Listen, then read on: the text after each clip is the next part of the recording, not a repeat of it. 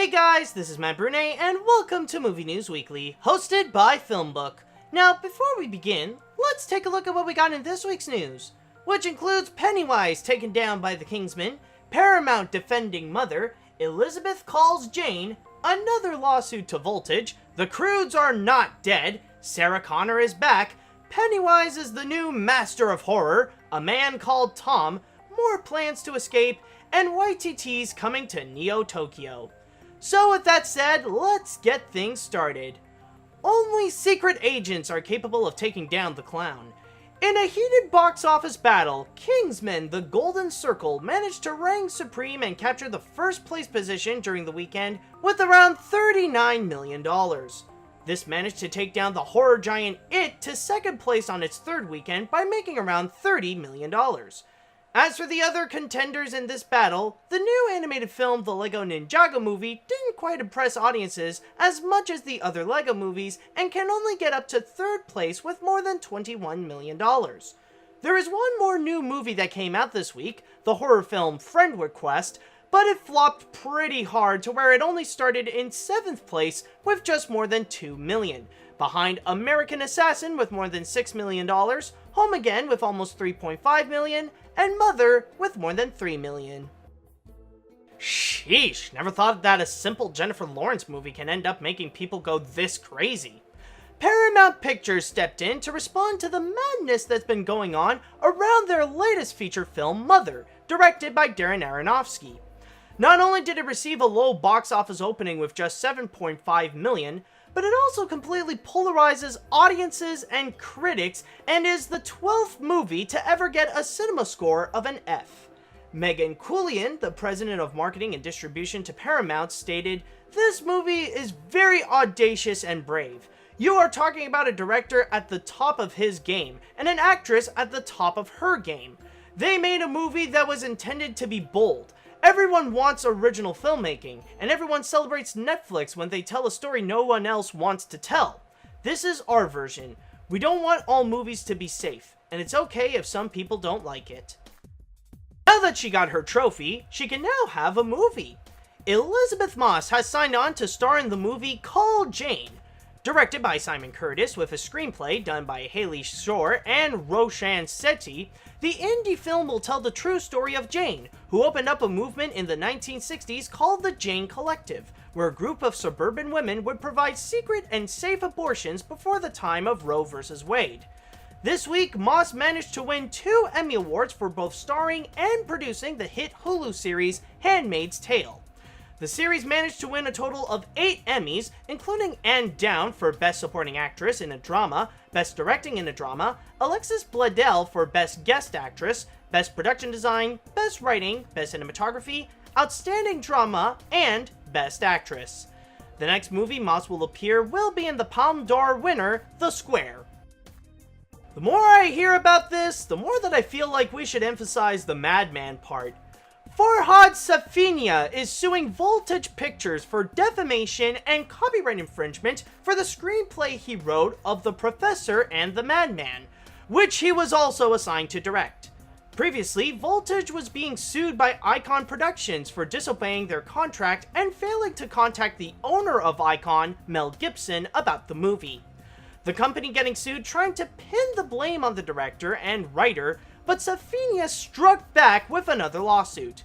He stated that they intentionally made and published the false and defamatory statement with actual malice, knowledge of, and or reckless disregard as to the falsity of those statements because defendants knew Mr. Safinia has in fact lived up to all its professional responsibilities to defendants. Moreover, no contracts was concluded or signed by Mr. Safinia on the one hand, and defendants on the other.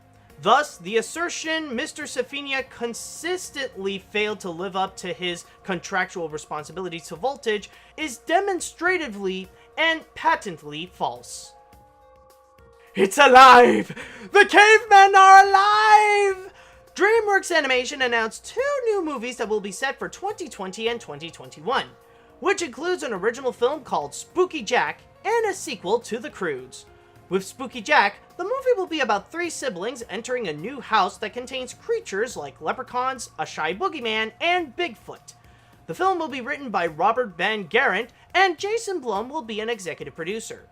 As for the Croods 2, while no plot details have been revealed, they did reveal that not only the cast will return like Nicolas Cage, Ryan Reynolds, Emma Stone, Kathleen Keener, Cloris Leachman, and Clark Duke, but also Leslie Mann has been added in as well.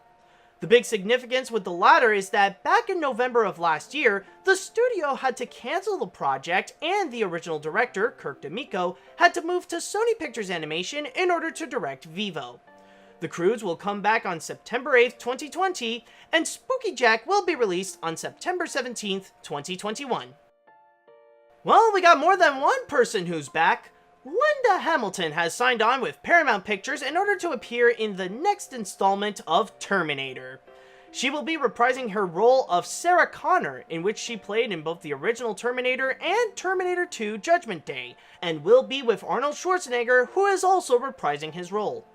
While the plot is kept under wraps, the story will be written by James Cameron, David Goyer, Josh Friedman, and Deadpool's Tim Miller, who the latter is also directing the feature. The plan for the movie that Cameron has in mind is to make it a direct sequel to Terminator 2 Judgment Day, and if it succeeds, will become a new trilogy. And the money keeps on floating. It, the latest horror film based on a Stephen King novel, has officially surpassed Exorcist this week to be the highest grossing horror film at the domestic box office. The original 1973 film has an accumulative total of $233 million thanks to the original 1993 million run and the added bonuses from the re-releases from 2000 and 2010. However, before its third weekend, it has already broken it and already stands as well as the highest grossing R-rated film of this year. Box office analysts has even estimated that there is a strong chance that it will soon become the highest grossing film between Labor Day and November. As of this video, the movie has made a very healthy total of $266 million domestically and a worldwide total of $478 million. And, as I've previously reported, had just stepped down to second place at the box office this weekend in order to make room for Kingsman: The Golden Circle. Time to show Tom some good heart. Tom Hanks has signed on to both star and produce the English adaptation of A Man Called Ove, based on the 2012 best-selling novel by Frederick Backman. The story looks into the heartwarming tale of a widower that's so down on his luck that he even fails at committing suicide. His life would then entirely change when a mixed-race couple and their two daughters moved into the neighborhood and teach him how to love and be happy again. Frederick Wickstrom Nicastro of SF Studios stated, "I strongly believe that A Man Called Ove is a universal story that resonates strongly with an American and international audience. Making this film with one of the world's best and most acclaimed actors gives A Man Called Ove the best possible opportunity to once again touch the hearts of audiences worldwide." Along with Hanks and Nicastro producing, includes Gary Goetzman and Tom's wife, Rita Wilson. Whoa, wait a minute, an Escape Plan 3? I didn't even know the second one was a thing. Max Zhang will be joining Sylvester Stallone and Dave Bautista in Escape Plan 3 Devil's Station.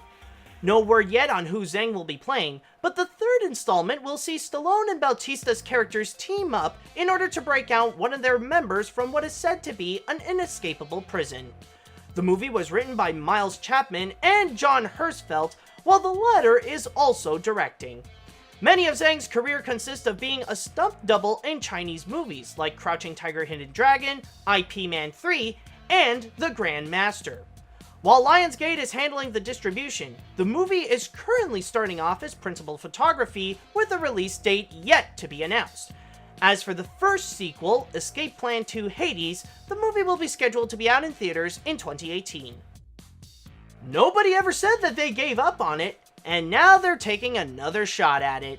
Warner Brothers is talking with Taika Waititi, who recently directed Thor Ragnarok, in order to direct the live-action remake of Akira.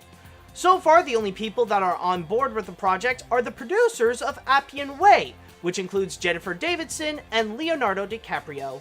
For many years, Warner Brothers and Legendary Pictures have been trying to bring the Katsuhiro Otomo manga to live action, and so far, the only adaptation that came from it is the 1988 animated feature that was praised by critics as a masterpiece.